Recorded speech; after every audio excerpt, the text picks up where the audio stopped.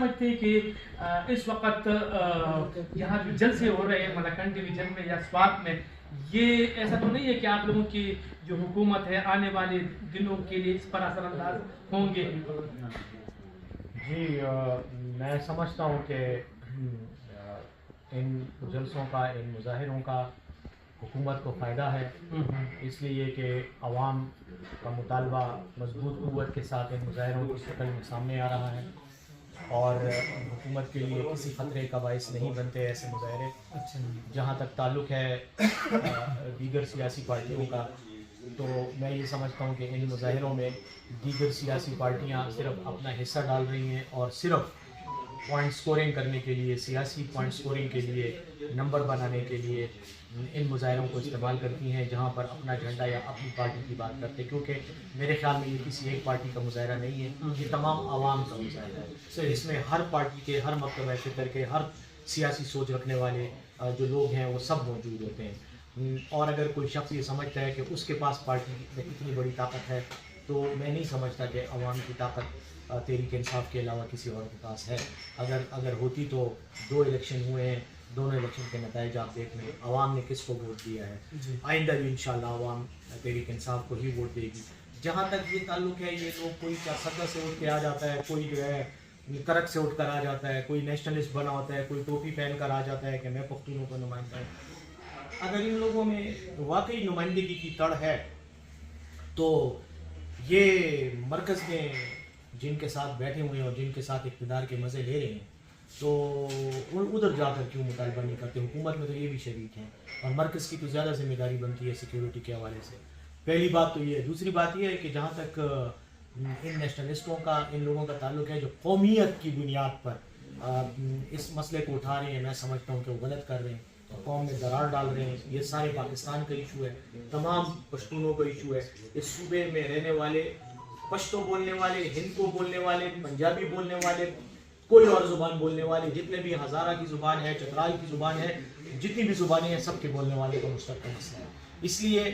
میں یہ سمجھتا ہوں کہ جو لوگ یہ کام کر رہے ہیں، میرے خیال میں وہ چونکہ شکست خوردہ ہو چکے ہیں، ان کے پاس اور کوئی سیاسی جواز نہیں ہے لوگوں کے سامنے تقریر کرنے کا، تو ایک بنے بنائی سٹیج پر آ کر وہ ایسی حرکتیں کرتے ہیں۔ باقی سب کو پتہ ہے کہ عوام کی طاقت کس کے پاس ہے، اور 16 اکتوبر کو عوام نے ایک بار پھر اپنا فیصلہ جس کے حق میں دیا ہے، تحریک انصاف کے حق میں، وہ سب کو پتہ ہے۔ سر آخری سوال ہے میرا کہ سوات ایک چونکہ سیاحتی علاقہ ہے، بہت سارے سیاح مجھ سے رابطہ کرتے ہیں اور وہ کہتے ہیں کہ ہم سوات آنا چاہتے ہیں لیکن یہاں پر کشیدگی پائی جاتی ہے، تو اس حوالے سے سیاحوں کو کیا پیغام دیں گے جو پاکستان کے دیگر اضلاع سے اور دیگر شہروں سے تعلق رکھتے ہیں؟ دیکھیں، یہ بات میں پہلے بھی کہہ چکا ہوں اور ابھی دوبارہ آپ کی وساطت سے اس کا اعادہ کروں گا۔ میں نے پہلے بھی کہا تھا کہ سوات میں کوئی ایسا بڑا ایشو نہیں ہے، اور جب میں نے یہ بات کی تھی تو مختلف سیاسی پارٹیوں نے اس پر میرے اوپر اعتراض بھی کیا تھا کہ وہاں تو خون کی ندیاں بہہ رہی ہیں اور آپ کہہ رہے ہو کہ کچھ نہیں ہو رہا۔ میں آج بھی یہ کہتا ہوں، آپ کے سامنے سوات میں بیٹھ کے یہ بات کر رہا ہوں کہ اس مسئلے کو بہت بڑا چڑھا کر میڈیا نے اور کچھ سیاسی پارٹیوں نے اٹھایا ہے۔ میں آج خود سوات آیا ہوں، آپ دیکھ سکتے ہیں میرے ساتھ کوئی نہ پولیس والا ہے، نہ کوئی اسکارٹ ہے، بالکل نہ میرے ساتھ سیکیورٹی ہے۔ میں ایسی گاڑی چلاتے ہوئے ڈرائیور کو میں نے کہا بیٹھو گاڑی میں، یہ میرے ساتھ رضوان کی یہ بیٹھا ہے اور ہم سوات آ رہے ہیں اور آپ کے ساتھ رابطہ کیوں رہا دیں، ہمیں تو کچھ بھی نہیں ہوا۔ تو میں لوگوں کو بھی یہ کہنا چاہ رہا ہوں کہ کوئی مسئلہ نہیں ہے۔ دہشت گردی کے چھوٹے موٹے واقعات ہر جگہ ہوتے ہیں، کوئٹہ میں بھی ہوتے ہیں، کراچی میں بھی ہوتے ہیں۔ کراچی میں چائنیز قونصلیٹ پر حملہ ہوا، آپ کو پتہ ہے کہ کراچی میں چائنیز وہ جو ہسپتال تھا یا کیا تھا، جو ایک سینٹر تھا زبان سکھانے والے، ابھی کچھ 2-4 مہینے پہلے کا واقعہ، سوسائڈ حملہ ہوا، تو کیا اس کی وجہ سے کراچی میں زندگی کا سفر رک گیا؟ لوگ آ رہے ہیں، جا رہے ہیں۔ یہ ہمارا ایک آدھ واقعہ تو ہو جاتا ہے، یہاں پہ بھی 4-6-7 واقعات تسلسل کے ساتھ ہوئے ہیں، لیکن میں یہ سمجھتا ہوں کہ آج بھی اللہ کے فضل سے کوئی ایسی صورتحال نہیں ہے کہ کہیں لوگوں کو قتل کیا جا رہا ہے، ذبح کیا جا رہا ہے، تو انشاءاللہ ایسا وقت آئے گا بھی نہیں۔ میں سب لوگوں سے، پورے پاکستان سے یہ اپیل کروں گا کہ وہ آئیں، سوات وزٹ کریں، سیاحت کریں، سوات کی خوبصورتی کو انجوائے کریں، سوات کے ماحول کو، فضا کو انجوائے کریں، اور انشاءاللہ حکومت ان کو پور تحفظ دے گی۔ آپ انشاءاللہ اللہ نے چاہا تو سوات میں کبھی بھی ہماری زندگیوں میں کم از کم وہ حالات اب واپس نہیں آئیں گے جن کا درد اور دکھ آپ نے سہا ہے۔ یہ تو میں آپ کو اللہ کے فضل پہ اپنا ایمان اور عقیدے کی بنیاد پر یہ بات کر رہا ہوں. حکومت،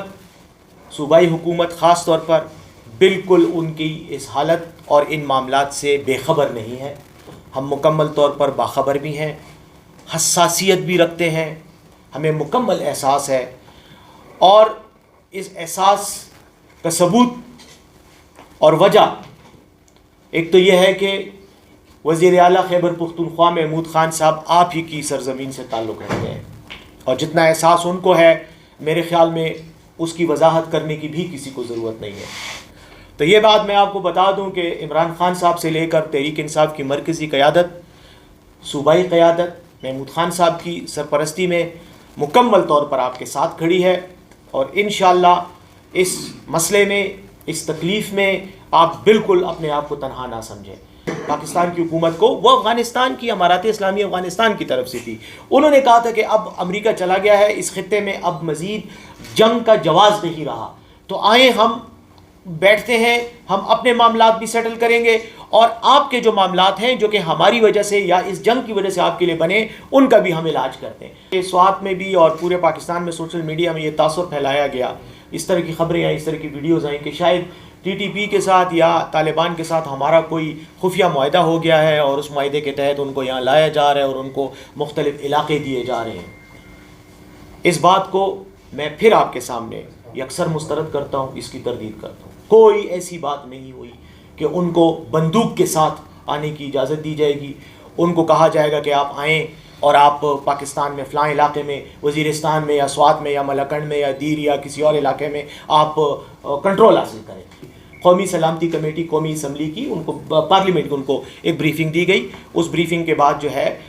کمیٹی نے کہا کہ بالکل ٹھیک ہے، یہ مذاکرات جاری رکھنے چاہیے. پارلیمنٹ نے یہ کہا، اور ابھی ریسنٹلی آپ کو پتہ ہوگا کہ ایک کمیٹی بھی بنائی گئی ہے جس کو national action plan steering committee کا نام حکومت نے دیا ہے. اس کمیٹی میں تمام پارٹیوں کے نمائندے ہیں جو اس وقت پارلیمنٹ میں موجود ہیں. کچھ پارلیمنٹ کے نمائندے ہیں، کچھ پارلیمنٹ سے باہر کے لوگ ہیں، جیسے مثلا سوات سے امیر مقام صاحب بھی اس کا ممبر ہیں. شوکت اللہ صاحب آپ جانتے ہیں، جو پہلے گورنر رہے ہیں کے پی کے باجوڑ سے ہیں، وہ بھی اس کے ممبر ہیں. میں بھی اس کا ممبر ہوں. اس طرح اور کئی لوگ ہیں. مطلب میں آپ کے ساتھ وہ کمیٹی کی ممبرشپ وہ ریکارڈ پہ ہے، وہ آپ کوئی خفیہ چیز نہیں ہے. وہ ان کا اجلاس بھی ایک ہوا ہے جس میں خیر پاکستان تحریک انصاف نے ابھی فیصلہ نہیں کیا اجلاس میں شرکت کرنے کا، کیونکہ موجودہ حکومت نے بنائی ہے. وہ ایک الگ سوال ہے، اس پر ہم بات کر لیں گے، لیکن انشاءاللہ وہ جو پروسیس ہے وہ جاری ہے، اور پارلیمنٹ کی سپورٹ سے اور سینکشن سے وہ سب کچھ چل رہا ہے. لیکن فیصلہ کوئی بھی نہیں ہوا. گرمیاں ہوئی، مسلح لوگ دیکھے گئے، مسلح لوگوں کے ساتھ عوام کا انٹریکشن جب ہوا تو عوام کے اندر بھی تشویش پیدا ہوئی، اور اس تشویش کے نتیجے میں یقیناً ایک خوف و ہراس کی فضا پھیلی. ساتھ ہی ساتھ انفارچونیٹلی کچھ واقعات بھی ہوئے، کچھ لوگ مارے گئے، کچھ لوگ خاص طور پر میں مثال دوں گا آپ کو 2 واقعات کی، کہ ایک ایم پی اے ملک لیاقت جن کو دیر میں نشانہ بنایا گیا، ان کا مسئلہ بھی بنا، اس نے بھی ایک تشویش پیدا کی. اس کے بعد جو ہے یہاں پر ادریس خان صاحب کا جو واقعہ ہوا، اس نے بھی ایک یقیناً ایک خوف و ہراس کو مزید بڑھا دیا، اور اس آرگومنٹ کو مزید تقویت دی کہ جی یہ شاید آئے ہیں اور اب یہاں پر مسلح ہو کر اب دوبارہ سے وہ ٹیک اوور کرنے کی کوشش کریں گے اور علاقے پر قبضہ کرنے کی کوشش کریں گے. کہ کہا یہ گیا کہ جی صوبائی حکومت یہ سب کچھ کر رہی ہے. ایک بات میں بتاؤں، صوبائی حکومت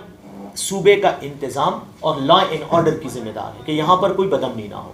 اس سلسلے میں جو اقدامات ہیں وہ صوبائی حکومت کے، اور صوبائی حکومت اپنے فرائض کو مکمل دیانتداری کے ساتھ اور فرض شناسی کے ساتھ سر انجام دے رہی ہے. لیکن مذاکرات کا عمل صوبائی حکومت نے نہیں کیا، کیونکہ صوبائی حکومت کے مینڈیٹ میں دائرہ اختیار میں نہیں آتا. آپ کو پتہ ہے بین الاقوامی قانون کا بھی یہ اصول ہے، ہمارے آئین کا بھی یہ اصول ہے، ہمارے سسٹم کا بھی یہ طریقہ ہے کہ پاکستان سے باہر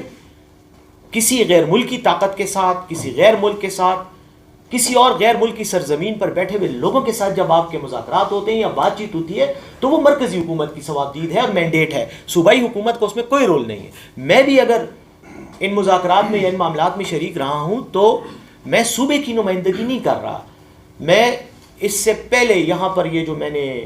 ذمہ داری سنبھالی ہے صوبے میں، اس سے پہلے میں ان معاملات میں انوالو رہا ہوں، اور وہی تسلسل کے طور پر بعد میں مجھے یہ ذمہ داری دی گئی. تو یہ جو ذمہ داری ہے اس کا اس کے ساتھ کوئی تعلق نہیں ہے. میں اس چیز کو بھی آپ کے ذریعے بالکل واضح کرنا چاہ رہا ہوں دوسری بات یہ ہے کہ اب میں آتا ہوں ذرا تھوڑا سا کہ یہ جب واقعات ہوئے تو ان کے رد عمل میں کیا ہوا۔ رد عمل میں آپ کو پتہ ہے عوام میں بھی خوف و ہراس پھیلا، مختلف سیاسی پارٹیوں نے بھی اس کو ایک ایشو بنایا، آپ کی منگورہ میں بڑے بڑے اجتماعات ہوئے۔ پہلے تو میں یہ کہوں گا کہ یہ جتنے بھی اجتماعات ہوئے یہ میرے لیے بھی تقویت کا باعث تھے، خوشی کا باعث تھے، اور میرے خیال میں ہر محب وطن پاکستانی کے لیے یہ خوشی کا باعث تھے۔ وہ اس لیے تھے کہ پہلی بار ہمیں یہ احساس ہوا کہ عوام اگر پریشان ہے تو اس پریشانی کی وجہ سے یا ایک مسئلے کی وجہ سے ڈر کا شکار نہیں ہے، باہر نکلے ہیں، اپنے حق کے لیے آواز بلند کی ہے، احتجاج کیا ہے، اور یہ ایک اجتماعی طور پر یہ مطالبہ کیا ہے کہ ہم امن چاہتے ہیں، جن کے خوف سے یہاں پر احتجاجی مظاہرے ہوئے۔ ٹھیک ہے، میں طالبان کے رہنماؤں سے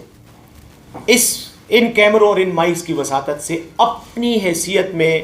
یہ اپیل کرتا ہوں، اس کو اپیل کہیں، اس کو درخواست کہیں،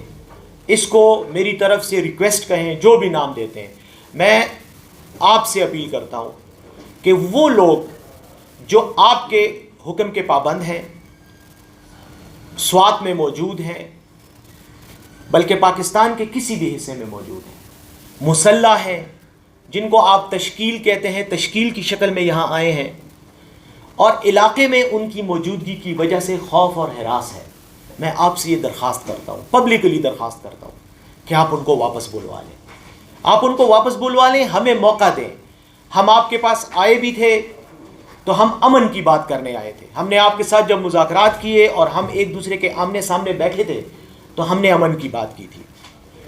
ہم آج بھی امن کی بات کر رہے ہیں۔ ماحول کو تھوڑا سا، تلخی کو، ٹینشن کو کم کریں، جب آپ کے لوگ واپس جائیں گے تو یہاں پر دوبارہ سے ایک سکون کی فضا پیدا ہو جائے گی، اور ہم آپس میں